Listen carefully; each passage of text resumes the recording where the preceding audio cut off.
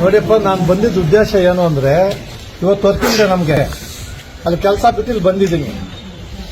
ಏನು ಸ್ವಲ್ಪ ಸ್ವಾರ್ಥ ಇದೆ ನಂದು. ಇದು ನನ್ನ ಡಿಸ್ಟ್ರಿಕ್ಟ್ ಅಲ್ಲ. ಇವಾಗ ನನಗೆ 17 ಡಿಸ್ಟ್ರಿಕ್ಟ್ ಕೊಟ್ಟಿದ್ದಾರೆ. ಎಲ್ಲ ಡಿಸ್ಟ್ರಿಕ್ಟ್ ತಾಲೂಕು ಹೋಗಕ್ಕೆ ಆಗ್ತಾ ಇಲ್ಲ. ಡಿಸ್ಟ್ರಿಕ್ಟ್ ಮಾತ್ರ ಮುಗಿಸ ಹೋಗಿ ಕ್ಯಾಂಪ್ ಮಾಡಿ ಬರ್ತೀನಿ. ಎಲ್ಲೋ ಒಂದು ಕಡೆ ನಮ್ಮ ಡಿಸ್ಟ್ರಿಕ್ಟ್, ನಮ್ಮೂರೇ ನಾನು ಸರಿ ಮಾಡ್ತಾ ಇದ್ರೆ ಹೆಂಗೆ ಅಂತ ಹೇಳ್ಬಿಟ್ಟು ನಮ್ಮ ಡಿಸ್ಟ್ರಿಕ್ಟ್ ಎಲ್ಲ ತಾಲೂಕು ಹೋಗಕ್ಕೆ ಶುರು ಮಾಡಿಬಿಟ್ಟಿದ್ದೀನಿ. ಇಲ್ಲಿ ಜಾಸ್ತಿ ಕಂಪ್ಲೇಂಟ್ ಬರ್ತಾ ಇತ್ತು ನನಗೆ, ಏನೋ ನಡೀತಾ ಇಲ್ಲ ಅದು ಇದು ಅಂತ. ಅದಕ್ಕೆ ಈ ಡಿಸ್ಟ್ರಿಕ್ಟ್ ಬಂದಿದ್ದೀನಿ. ಇವತ್ತು ಈ ತಾಲೂಕು ಬಂದಿದ್ದೀನಿ, ಕೆಜಾಪುರ ಬಂದಿದ್ದೀನಿ. ಇನ್ನೊಂದು ತಾಲೂಕಿಗೆ ಹೋಗಬೇಕು, ಅದನ್ನ ಹೇಳಿದ್ರೆ ಎಲ್ಲಿ ಹೋಗ್ತೀನಿ ಅಂತ. ಎಲ್ಲೆಲ್ಲಿ ಜನಗಳಿಗೆ ತೊಂದರೆ ಆಗ್ತಾ ಇದೆಯೋ ಅಲ್ಲಿ ನಾವಿದ್ದೀವಿ. ಜನ ಜೆನ್ಯೂನ್ ಕೇಸ್ ಇದ್ರೆ ನಾವು ಸಪೋರ್ಟ್ ಮಾಡ್ತೀವಿ. ಸುಳ್ಳು ಕೇಸ್ ಹಾಕಿದ್ರೆ ನಾನು ಅವ್ರ ಮೇಲೆ 3 ವರ್ಷ ಜೈಲು ಕಳ್ಸಕ್ಕೆ ಅವಕಾಶ ಇದೆ. ಸುಳ್ಳು ಕೇಸ್ ಯಾರೂ ಹಾಕಂಗಿಲ್ಲ. ಈ ಜೆನ್ಯೂನ್ ಕೇಸ್ಗಳು ಸುಳ್ಳು ಕೇಸಲ್ಲಿ ಮುಚ್ಚೋಗ್ತಾ ಇದೆ. ನಿಜವಾದ ಬಡವರಿಗೆ ಅನ್ಯಾಯ ಆಗ್ತಾ ಇದೆ.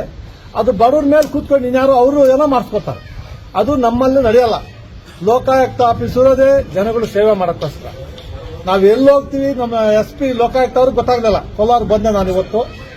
ಅಲ್ಲಿ ಸುಮ್ಮನೆ ತಾಲೂಕುಗಳು ಕೋಲಾರ ಡಿಸ್ಟಿಕ್ಗೆ ಅಂತ ಹಾಕಿದೆ. ಅಲ್ಲಿ ಬಂದಾಗ ಎಲ್ಲೋ ಹೋಗ್ಬೇಕು ಅಂತ ಕೂತ್ಕೊಂಡು ಪಕ್ಕದಲ್ಲಿ ಅಂತ. ಇಲ್ಲಿ ಬಂದಾಗ ಹೇಳ್ದೆ, ಇಲ್ಲಿ ಹೋಗೋಣ ತಾಲೂಕು ಆಫೀಸ್ಗೆ ಅಂತ. ಇಲ್ಲಿ ಬರೋವರೆಗೂ ನಿಮಗೆ ಗೊತ್ತಿಲ್ಲ ಅನ್ಸುತ್ತೆ, ಯಾರು ಗೊತ್ತಿಲ್ಲ ಅನ್ಸುತ್ತೆ. ಇಲ್ಲಿ ಬಂದಾಗ ಆಫೀಸ್ಗಳಲ್ಲಿ, ಎಕ್ಸೈಸ್ ಆಫೀಸಲ್ಲಿ ಪುಣ್ಯಾತ್ಮ 12ವರೆಗೆ ಬಂದು ಯಾರೂ ಪತ್ತೆ ಇಲ್ಲ. ಫುಲ್ ಬಾಗಿಲುಗಳು ಬಂದು. ನಮ್ಮ ತಾಲೂಕು ಆಫೀಸಲ್ಲಿ 68 ಪೆಂಡಿಂಗ್ ಇದೆ ಅಂತ ಅಮ್ಮ ಹೇಳಿದಾಳೆ. ಅವ್ರೊಂದು ಮಾತ್ರ ಬೋರ್ಡ್ ಇದೆ. ಇಲ್ಲಿ 5-6 ಆಫೀಸ್ ಹೋದಾಗ ಒಂದೇ ಒಂದು ಬೋರ್ಡ್ ಇರೋದು ತಾಲೂಕು ಆಫೀಸ್ ಮಾತ್ರ. ತಾಲೂಕು ಆಫೀಸಲ್ಲಿ ಏನೋ ತೊಂದರೆ ಇದೆ, ದಯವಿಟ್ಟು ಎಲ್ಲರೂ ಜನ ಇದ್ದೀರಿ, ಅಮ್ಮ ಇಲ್ಲೇ ಇದ್ದಾಳೆ, ಯಾರ ಇದ್ರೆ ಒಬ್ಬೊಬ್ಬರ ಹೇಳಿ, ಅದು ಸಾಲ್ವ್ ಮಾಡ್ತೀನಿ ನಾನು. ಎಕ್ಸೈಸ್ ಆಫೀಸು ಮುಚ್ಚೋಗಿದೆ, ಲೇಬರ್ ಆಫೀಸು ಫುಲ್ ಬಂದು. ಅಲ್ಲಿಲ್ಲ, ಯಾರು ಇಲ್ಲ. ಅಮ್ಮನಿಗೆ ಯಾರೋ ಫೋನ್ ಮಾಡಿದ್ರೆ ಬರ್ತೀವಿ ಸರ್ ವೆಯ್ಟ್ ಮಾಡಿ ಅಂತ. ನಾನು ಕಾಯ್ಬೇಕು ಅವ್ರಿಗೆ. 2-3 ದಿವಸ ಆಗುತ್ತೆ ರಜಾ ಹಾಕಿದ್ದಾರೆ ಅಂತ. ಅವ್ರು ರಜಾನು ಅಟೆಂಡೆನ್ಸ್ ಇಲ್ಲ, ಬಿಗ ಹಾಕೊಂಡು ಹೋಗ್ಬಿಟ್ಟಿದ್ದಾರೆ.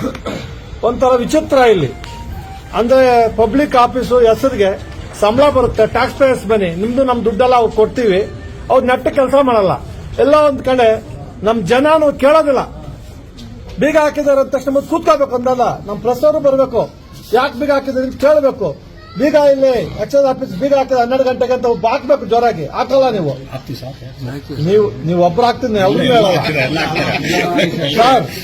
ನಾನು ನನ್ನ ಸೇರ್ಸ್ಕೊಂಡು ಹೇಳ್ತೀನಿ, ನೀವೆಲ್ಲರೂ ನಾವು ಕೆಟ್ಟವ್ರು ಅಂತ ಹೇಳ್ತಾ ಇಲ್ಲ ಸರ್. ಎಲ್ಲ ಒಂದ್ ಕಡೆ ನಮ್ದು ನಾವು ಸ್ವಲ್ಪ ಮುಚ್ಕೊಂತೀವಿ. ಅದು ಮುಚ್ಚೋದು ಬಿಡಬೇಕು. ನಾನು ಓಪನ್ ಆಗ್ಬೇಕು, ನೀವು ಓಪನ್ ಆಗ್ಬೇಕು. ಹಂಗಾದ್ರೆ ನಾವೇನಾದ್ರೂ ನಾವೇನೋ ಸೇರ್ಕೊಂಡು ಸಮಾಜಕ್ಕೆ ಏನೋ ಮಾಡಕ್ಕೆ ಪ್ರಯತ್ನ ಮಾಡಬಹುದು. ಎಲ್ಲ ಆಫೀಸ್ಗಳು ನೋವಾಗುತ್ತೆ ನನಗೆ. ಇವಾಗ ಅಲ್ಲಿ ಅಂಗನವಾಡಿ ವರ್ಕರ್ಸ್ ಇದ್ರು, ಮಕ್ಕಳು ನೀವೆಲ್ಲ ಬಂದಿದ್ರು, ಅವ್ರಿಗೆಲ್ಲ ಹೇಳಿ ಬಂದೆ, ಮಕ್ಕಳಲ್ಲಿ ಮೊಟ್ಟೆ, ಸಣ್ಣ ಮೊಟ್ಟೆ ಅದನ್ನು ಕದ್ಕೊಂಡ್ಬಿಡ್ತಾರೆ. ಅಲ್ಲೂ ಭ್ರಷ್ಟಾಚಾರ, ಮೊಟ್ಟೆಯಲ್ಲೂ ಭ್ರಷ್ಟಾಚಾರ, ಊಟದಲ್ಲೂ ಭ್ರಷ್ಟಾಚಾರ. ಇದು ಆಗಬಾರ್ದು. ನಾನು ಇವಾಗ ಎಲ್ಲಾ ಕಡೆ ಹಾಸ್ಟೆಲ್ ಹೋಗ್ತಾ ಇದ್ದೀನಿ. ಅಂಗನವಾಡಿ ಹಾಸ್ಟೆಲು, ಈ ಸೆಂಟರ್ಸು, ನಮ್ಮ ಬ್ಯಾಕ್ವರ್ಡ್ ಕಮ್ಯುನಿಟಿ ಹಾಸ್ಟೆಲು, ಬಾಬಾ ಅಂಬೇಡ್ಕರ್ ಹಾಸ್ಟೆಲ್ ಎಲ್ಲ ಹೋಗ್ತಾ ಇದ್ದೀನಿ. ಸರಿಯಾಗಿ ಫುಡ್ ಸಪ್ಲೈ ಆಗ್ತಾ ಇದೆಯಾ ಇಲ್ಲ ಅಂದ್ರೆ ಈ ಮಧ್ಯದಲ್ಲಿ ತಂದ್ಬಿಡ್ತಾರೆ ವಾರ್ಡನ್ಗಳು. ಗಲೀಜು ಅದು ಇದು. ನಾನು ಕಲಬುರಗಿಗೆ ಹೋದಾಗ, ಅಲ್ಲಿ ಬಾಬಾ ಅಂಬೇಡ್ಕರ್ ಹಾಸ್ಟೆಲ್ ಹೋದಾಗ ಅಲ್ಲಿ ಒಂದು ಪ್ರತಿಮೆ ಇಟ್ಟಿದ್ರು. ನನಗೆ ಭಾರಿ ಖುಷಿ ಆಯ್ತು. ಆಮೇಲೆ ಇದೆಲ್ಲ ಏನ್ ಸರ್ ಇಲ್ಲಿ ಯಾರು ಚಪ್ಪಲಿ ಹಾಕೊಂಡ್ ಬರಲ್ಲ, ವೆರಿ ಗುಡ್, ಒಳ್ಳೇದಾಯ್ತಪ್ಪ ಅಂದೆ. ಆಮೇಲೆ ಮೇಲೆ ಹೋದ್ರೆ ಬಾಟ್ ಸಿಕ್ಬಿಟ್ಟು ಭಾರಿ ನೋವಾಯ್ತು ನನಗೆ. ಮಕ್ಕಳು ಬಂದ್ರಿ ಓದಕ್ಕೆ, ಓದೋ ಕೆಲಸ ಮಾತ್ರ ಮಾಡಬೇಕು. ವಾರ್ಡನ್ನು ಅದು ನೆಟ್ಟು ಮಾಡ್ಕೋಬೇಕು. ಯಾರ್ಯಾರೋ ಬಂದು ಹಾಸ್ಟೆಲ್ ಇರಂಗಿಲ್ಲ. ಬಡವ್ರ ಮಕ್ಕಳಿಗೆ ಹಾಕಿಕೊಟ್ಟಿರೋದು ನಾವು. ಯಾವನೋ ಬಂದು ಹಾಸ್ಟೆಲಲ್ಲಿ ಮಜಾ ಮಾಡೋದು. ಅವತ್ತು ಅರೆಸ್ಟ್ ಮಾಡಿಸಿ ಹೊರಹಾಕಿದವ್ ನಾನು. ಈ ತರ ಅನ್ಯಾಯ ಆಗ್ತಾ ಇದ್ದಾಗ ನಮ್ಮ ಪ್ರೆಸ್ ಅವರು ಜನ ಸ್ವಲ್ಪ ಅನ್ಯಾಯಕ್ಕೆ ನೀವು ಎಚ್ಚೆತ್ಕೋಬೇಕು. ಎತ್ತೆತ್ಕೊಂಡ್ರೆ ನಾವು ಬಡವ್ರಿಗೆ ಏನೋ ಮಾಡಕ್ ಸಹಾಯ ಆಗುತ್ತೆ. ನೀವು ಸಪೋರ್ಟ್ ಮಾಡಿದ್ರೆ ನಾನ್ ಮಾಡ್ತೀನಿ. ಸರಿ, 2 ಆಫೀಸ್ ಮುಚ್ಚಿದೆ, ಏನ್ ಆಕ್ಷನ್ ತಗೊಳ್ತೀರಿ ಸರ್? ಪ್ರಮುಖವಾಗಿ ಕೇಸ್ ರಿಜಿಸ್ಟರ್ ಮಾಡ್ತೀನಿ ಸರ್. ಕೇಸ್ ರಿಜಿಸ್ಟರ್ ಮಾಡ್ತೀನಿ. ಎಕ್ಸ್ಪ್ರೆಷನ್ ಕೇಳ್ತೀನಿ ಸರ್. 12 ಗಂಟೆ ಮುಚ್ಚೋಗಿದ್ಯಾ ನಾನು, ಏನ್ ಸಮಾಚಾರ, ಎಲ್ಲೋಗಿದ್ದೆ ಅಣ್ಣ ಅಂತ. ವ್ಯಾಪಾರಕ್ಕೆ ಹೋಗಿದ್ಯಾ ಇಲ್ಲ ನೀನು ರಜಾ ಹಾಕಿದ್ಯಾ? ಒಬ್ಬರಾದ್ರೆ ಪರವಾಗಿಲ್ಲ, ಎಂಟೈರ್ ಆಫೀಸ್ ಬಂದ್ 12ವರೆಗೆ.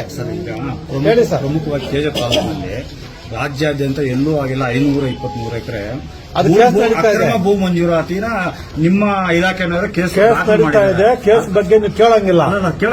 ಅದು ಕೆಲವು ಸೀಕ್ರೆಟ್ ನಾವು ಬಿಡಂಗಿಲ್ಲ. ನಿಮಗೆ ಏನ್ ಮಾಡ್ತೀವಿ ನಾವು ಮಾಡ್ತೀವಿ, ಅದು ನೀವು ಹೇಳಂಗಿಲ್ಲ, ನಾವು ಬಿಡಂಗಿಲ್ಲ. ಕೇಸ್ ಇದ್ದಾಗ ಕೇಳಂಗಿಲ್ಲ ಸರ್.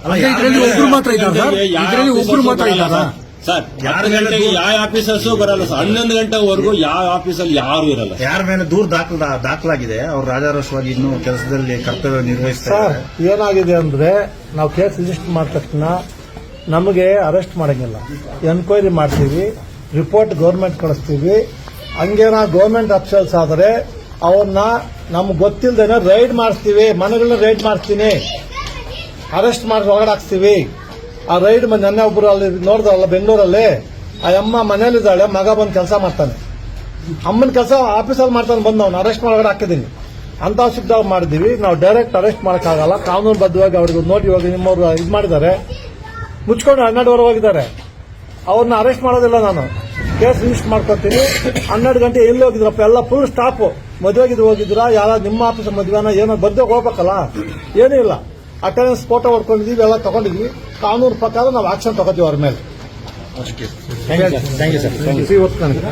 ದಿನ ಸ್ವಲ್ಪ ನಿಮಗೆ ಮಾಹಿತಿ ಇರುತ್ತೆ.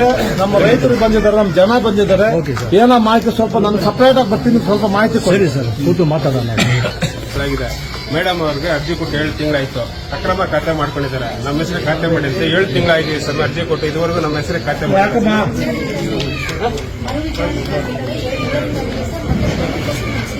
ಹಿಯರಿಂಗ್ ಡೇಟ್ ಕೊಟ್ಟಿದ್ದಾರೆ, ಫಿಕ್ಸ್ ಮಾಡಿದ್ದಾರೆ ಸರ್. ಮರು ವಿಚಾರಣೆ ACDC ಅವ್ರು ಮಾಡಿದ್ಮೇಲೆ ಇವರು ಮರು ವಿಚಾರಣೆ ನೀನು ACDC ಆರ್ಡ್ರು ನೀನು ರೀಎನ್ಕ್ವೈರಿ ಮಾಡಬೇಡ, ಹಂಗೆ ಆರ್ಡರ್ ಮಾಡಿಕೊಡು. AC ಆರ್ಡರ್ ಕೊಡಿ, AC ಆರ್ಡರ್ ಕೊಡೋಣ. ನೀವು ಫೋನ್ ಅಲ್ಲಿ ಕೊಟ್ಟರೆ ನಾನೇನ್ ಮಾಡಲಿ, ಫೋನ್ ಹಿಡ್ಕೊಂಡು ಅದು ರಿಮ್ಯಾಂಡ್ ಮಾಡಿರ್ತಾರೆ, ರೀಕನ್ಸಿಡರ್ ಮಾಡಿ ಅಂತ. ಅವ್ರು ರೀಕನ್ಸಿಡರ್ ಮಾಡಿದ್ರೆ ಅವ್ರು ಮತ್ತೆ ಎನ್ಕ್ವೈರಿ ಮಾಡಬೇಕು. ನಿಮ್ಗೆ ಗೊತ್ತಿಲ್ಲ, ಸುಮ್ಮನೆ ಏನೋ ಒಂದು ಹೇಳ್ಬಿಡ್ತೀರಪ್ಪ. ಕೋರ್ಟ್ಗೆ ಹೋಗ್ಬೇಕು ನೀನು. ಗೌರ್ಮೆಂಟ್ ನಮ್ಗೆ ಆಗಿರೋದು ಅವ್ರು ಬಂದಿರೋದಕ್ಕೆ ಗೌರ್ಮೆಂಟ್ ನಿಂದಾಯ್ತಲ್ಲ ಆಸ್ತಿ, ಎಷ್ಟು ಗೌರ್ಮೆಂಟ್ ಆಗಿ ಹಿಂದೆ ಆಯ್ತಲ್ಲ ಇವಾಗ ಅದು ಇದೆ ಸರ್. ಇನ್ನೂ ಆಗಿಲ್ಲ. ಸ್ವಲ್ಪ ಆಗಿದೆ, ಸ್ವಲ್ಪ ಪೆಂಡಿಂಗ್. ಇವತ್ತು ಪೊಲೀಸ್ ಹೊತ್ತು ಬರ್ತಾರೆ, ಅಲ್ಲಿ ಚೂಲ್ ಮ್ಯಾಟ್ರ್ ಅಂತಾರೆ ಸರ್. 20 ವರ್ಷದಿಂದ ಓಡಾಡ್ತಾರೆ ಸರ್. ಇವಾಗ ಒಂದು ಕೊಟ್ಟಿದ್ದಾರೆ ನಿಮ್ಗೆ, ಅದ್ರಲ್ಲಿ ಎಷ್ಟು ಎಕರೆ 3 ಎಕರೆ ಮಂಜೂರಾಗಿರೋದು. ಇಲ್ಲಿ ಎಷ್ಟು ಅದು 2 ಎಕರೆ ಎಡ್ಬಿಟ್ಟು ಮಾಡಿ ಅಸೋಸಿಯೇಷನ್ ಅವ್ರು ಮಿಕ್ಕಿದ್ ಏನ್ ಮಾಡಿದ್ರು ಬನ್ನಿ ಫ್ಲಾಟ್ ಇನ್ಸ್ಪೆಕ್ಷನ್ ಮಾಡಿ ಸರ್. ಇದೆ ಸರ್. ಈಗ ಅವ್ರ ಪೇಷಂಟ್ ಇವಾಗ ಎನ್ಕ್ವೈರ್ಮೆಂಟ್ ಇರೋದು ಅವ್ರ ಎನ್ಕ್ವೈರ್ಮೆಂಟ್ ಅವ್ರು ಅಪ್ಡೇಟ್ ಮಾಡ್ತಿದಾರ, ನಮ್ದು ಓದ್ತಿದ್ದಾರೆ, ಅವಾಗ ಹೋಗಿ ಇದು ಮಾಡ್ಬೇಕು. ಇವಾಗ ಯಾರು ಎನ್ಕ್ವೈರಿ ಮಾಡ್ತಾರೆ ನಿಮ್ ಜಮೀನಿಗೆ? ಸ್ವಲ್ಪ ಗ್ರಾಂಟ್ 4-5 ಸ್ವಲ್ಪ ಹೇಳು. ಗ್ರಾಂಟ್ ಆಗಿದ್ ಮಾತ್ರ ಮಾಡ್ತಾ ಇದಾರ, ಬೇರೆ ಗ್ರಾಂಟ್ ಆಗದ ಮಾಡ್ತಾ ಇದಾರ? ಗ್ಯಾಟ್ ಆಗಿದ್ದು ನನಗೆ ಆಗಿರೋದ್ರಲ್ಲಿ ಇನ್ನು ಆಗಿದ್ರೆ ನಮ್ಮ ವಕೀಲರಿದ್ದಾರೆ, ಸೂರ್ ಕೋರ್ಟ್ ಹೋಗ್ಬೇಕು ನೀನು. ಅದು ಗ್ರಾಂಟ್ ಆಗಿದ್ದು ನಿಮ್ ಒತ್ತುವರಿ ಸ್ವಂತ ಫೈಟ್ ಆದ್ರೆ ನಾವು ಕೋರ್ಟ್ಗಳು ನಾವು ಬರೋದಿಲ್ಲ, ಕೋರ್ಟ್ ಇರುತ್ತೆ, ಅದಕ್ಕೆ ಬರಬೇಕು. ಗೌರ್ಮೆಂಟ್ ಜಮೀನಾರ ಮಾಡ್ತಾ ಇದ್ರೆ ಕಂಪ್ಲೇಂಟ್ ಇದೆ. ಗೌರ್ಮೆಂಟ್ ಇದು ನಂದು ಮಿಕ್ಸ್ ಮಾಡಬೇಡ. ಹೇಳಪ್ಪ. 2 ಮಾತು ಸರ್. 2 ವರ್ಷ ಆಯ್ತಾ ಸರ್ ಕಂಪ್ಲೇಂಟ್ ಹಾ ಮೇಡಮ್ ಹತ್ರ. ಆಯ್ತು. ಮಿನಿ ಸೆಕ್ರೆಟರಿ ಅವರು ಏನಮ್ಮ ಅದು ಕಂಪ್ಲೇಂಟ್ 2 ವರ್ಷ ಆಯ್ತು. ಅರ್ಜಿ ನಾನು ಲೆಟರ್ ಪ್ಯಾಡಲ್ಲಿ ಕೊಟ್ಟಿದ್ದೀನಿ ಸರ್. DSS ನಾವು ಲೆಟರ್ ಪ್ಯಾಡಲ್ಲಿ ನನಗೆ ಹೇಳು, ಎಲ್ಲಾ ಮನುಷ್ಯರು ಒಂದೇ. ನನಗೆ ಮನೇಲಿ ಇಟ್ಬಿಟ್ಟು ನಂಗೆ ಹೇಳು ಇಷ್ಟಪಡೋದಿಲ್ಲ ನೋಡಿ. ಇವ್ರನ್ನ ಫೋಟೋ ಹಾಕಿದ್ ನನ್ ನೋವಾಗುತ್ತೆ. ಅದೇ ಅವ್ರ ಫೋಟೋ ಮಿಸ್ಯೂಸ್ ಮಾಡ್ಕೊಳಂಗಿಲ್ಲ ಯಾರು, ಅವರು ನಮ್ಮವ್ರೆ, ಯಾರು ಮಾಡಂಗಿಲ್ಲ. ಇವ್ರ ಫೋಟೋ ಈ ದೇಶದ ಆಸ್ತಿ ಅವರು ಅದೇ ನಾವು ಅದೇ ಸರ್ ಮಾಡ್ಕೊಳಂಗಿಲ್ಲ. ನೀವು ಹೋರಾಟ ಸ್ವಂತ ಮಾಡಿ ಸರ್. ಇದು ಮಾಡಬಾರ್ದು, ತಪ್ಪಾಗುತ್ತೆ. ಈ ದೇಶದ ಆಸ್ತಿ ಅದು. ದುಡ್ಡು ಕೇಳ್ತಾರೆ ಸರ್ ಎಲ್ಲ ದುಡ್ಡು ಕೇಳಿ ಕಂಪ್ಲೇಂಟ್ ಕೊಡಿ, ಆಕ್ಷನ್ ತಗೋತೀವಿ ನಾವು. ಅದೇ ಅರ್ಜಿ ಕೊಟ್ಟಿದ್ದೀನಿ ಸರ್ ಕಂಪ್ಲೇಂಟ್. ಈಗ ಒಂದು ಕೇಳಿ ಸರ್ ಮೇಡಮ್ ಅವ್ರನ್ನೇ, MLA ಮುಂದೆನೆ ಮಾತಾಡಿದೆ, MLA ಮುಂದೆನೆ ಮಾತಾಡಿದೆ. ಬಾಬಣ್ಣ ಸ್ವಲ್ಪ ಕೇಳೋಣ. ಹೇಳಿ ಸರ್. ನಾವು ಇವತ್ತು ಬಂದಿರೋದು ಗೊತ್ತು ಸರ್. ಆಫೀಸ್ಗಳು ರೈಡ್ ಮಾಡಕ್ ಬಂದಿರೋದು. ನಾನು ನಿಮ್ಮ ಪಬ್ಲಿಕ್ ಗ್ರೀವೆನ್ಸ್ ಒಂದ್ ದಿವಸ ಬರ್ತೀನಿ ಕೋಲಾರ್ಗೆ, ಅವಾಗೆಲ್ಲ ಕೊಡಿ. ನೀವೇ ಸರ್ ದೇವ್ರು, ನೀವೇ ಬಡವರಿಗೆ ಸಹಾಯ ಮಾಡ್ಬೇಕು ಸರ್. ನೀವೇ ಬಡವರಿಗೆ ಸಹಾಯ ಮಾಡ್ಬೇಕು ಸರ್. ಆಮೇಲೆ ಅಣ್ಣ ತಾಲೂಕ್ ಮಾಡಕ್ಕೆ 170 ತಾಲೂಕ್ ನಾನು ಮನುಷ್ಯ ಅಲ್ವನು, ಡಿಸ್ಟ್ರಿಕ್ಟ್ ಮಾಡ್ತೀನಿ. ಅವತ್ತೆಲ್ಲ ಬನ್ನಿ, ಬಂದಾಗ ನಿಮ್ ಪ್ರಾಬ್ಲಮ್ ಎಲ್ಲ ಸಾಲ್ವ್ ಮಾಡ್ತೀನಿ. ಇಲ್ಲಿ ಕಂಪ್ಲೇಂಟ್ ಕೊಟ್ರೆ ನಾವು ತಗೊಂತೀವಿ ಅಲ್ಲಿ, ನೀವು ಬರ್ಬೇಕಾಗಿಲ್ಲ, ಕೊಡ್ಬೋದು ಅಷ್ಟೇ. ಸರ್ ಪ್ರೆಸ್ಸಿಗೆ ಒಂದ್ 2 ಸೆಕೆಂಡ್ ಸರ್. ₹200 ಕೊಟ್ಟು ಚಾರ್ಜ್ ಹೋಗ್ತಾರೆ ಎಲ್ಲಿ? ಸ್ಕಾಲರ್ಶಿಪ್ ಸಂಸ್ಥೆಗೆ. ಇಲ್ಲಿ ತಾಲೂಕು ಆಯುಷ್ಮಾನ್ 3 ವರ್ಷ ಆಯ್ತು. ಸಮಾಜ ನೋಡ್ರಿ, ನೀವು ಪ್ರಾಬ್ಲಮ್ ಏನು ಅಂದ್ರೆ ನಮ್ಮ ಜನ ಪೊಲಿಟಿಷಿಯನ್ಸ್ ಕೊಟ್ಟಂಗೆ ಕೊಡ್ತೀವಿ. ನಾನು ಪೊಲಿಟಿಷಿಯನ್ ಅಲ್ಲಪ್ಪ. ನೀವೇನ್ ದಯವಿಟ್ಟು ರೈಟಿಂಗ್ ಅಲ್ಲಿ ಕೊಡಿ, ನಾನು ತಗೊಂಡ್ರೆ ಆಕ್ಷನ್. ಏನಿದ್ರು ರೈಟಿಂಗ್ ಅಲ್ಲಿ ಕೊಡಿ. ಪೊಲಿಟಿಷಿಯನ್ ಅಲ್ಲ ರೀ ನಾನು. ವಿದ್ಯಾರ್ಥಿ ₹200 ಚಾರ್ಜ್ ಕೊಟ್ಟು ಸ್ಕಾಲರ್ಶಿಪ್ ತಪ್ಪ್ರಿ, ಕೊಡಿ, ಕಂಪ್ಲೇಂಟ್ ಕೊಡಿ. ನಾನು ಬಂದಿರೋದು ಪಬ್ಲಿಕ್ ಗ್ರೀವೆನ್ಸ್ ಅಲ್ಲ ನಿಮ್ಗೆ ತೊಂದರೆ ಆಗ್ತದೆ ನೋಡಕ್ಕೆ ಬಂದಿದ್ದು. ಪಬ್ಲಿಕ್ ಗ್ರೀವೆನ್ಸ್ ಎಲ್ಲ ಬಂದಿಲ್ಲ ನಾನು. ಜನಗಳಿಗೆ ತೊಂದರೆ ಆಗುತ್ತಾ ಏನು ಅಂತ ವಿಚಾರ ಆಫೀಸ್ ನುಗ್ಗಕ್ಕೆ ಬಂದು ನೀವು ನುಗ್ಗಿದ್ರೆ ಆಫೀಸ್ಗೆ ಹೋಗಕ್ಕೆ ಹುಷಾರಾಗ್ಬಿಡ್ತಾರೆ. ಹುಷಾರು ನೀವು. ನಾನು ಡಿಸ್ಟಿಕ್ ಅಲ್ಲಿ 3 ದಿವಸ ಡಿಸ್ಟಿಕ್ ಅಲ್ಲಿ ಬರ್ತೀನಿ. ಇದೊಂದು ಆಲ್ರೆಡಿ ಆಗಿದೆ, ನಮ್ಮ ಸ್ನೇಹಿತರು ಬಂದು ಹೋಗಿದ್ದಾರೆ. ನಾನು ಬೇರೆ ಬೇರೆ ಡಿಸ್ಟಿಕ್ ಹೋಗ್ತಾ ಇದ್ದೀನಿ. 3 ದಿವಸ ಡಿಸ್ಟಿಕ್ ಅಲ್ಲೇ ಇರ್ತೀನಿ. ಅವಾಗ ನಿಮ್ದೆಲ್ಲಾ ಪ್ರಾಬ್ಲಮ್ ಸಾಲ್ವ್ ಮಾಡ್ತೀನಿ. ಸ್ವಲ್ಪ ತಡ್ಕೊಳ್ಳಿ. ಅಷ್ಟೊತ್ತಿಗೆ ಏನೋ ಪ್ರಾಬ್ಲಮ್ ಇದೆ, ದಯವಿಟ್ಟು ಕಂಪ್ಲೇಂಟ್ ಕೊಡಿ, ನಾವು ತಗೊಂತೀವಿ. ಜೆನ್ಯೂನ್ ಕೇಸ್ ಕೊಡಿ. ಸುಳ್ಳು ಕೇಸ್ ಕೊಟ್ಟರೆ ನಾನು ಜೈಲು ಕಳಿಸ್ತೀನಿ. ನಿಜವಾಗಲೂ ಅನ್ಯಾಯ ಇದ್ರೆ ನಾನು ಇದ್ದೀನಿ ನಿಮ್ ಜೊತೆಗೆ. ಸುಳ್ಳು ಕೇಸ್ ಕೊಟ್ರೆ ನಾನು ನಿಮ್ಮನ್ನ ಜೈಲು ಕಳಿಸ್ತೀನಿ. ಆಮೇಲೆ ತಪ್ಪು ತಿಳ್ಕೊಬೇಡಿ.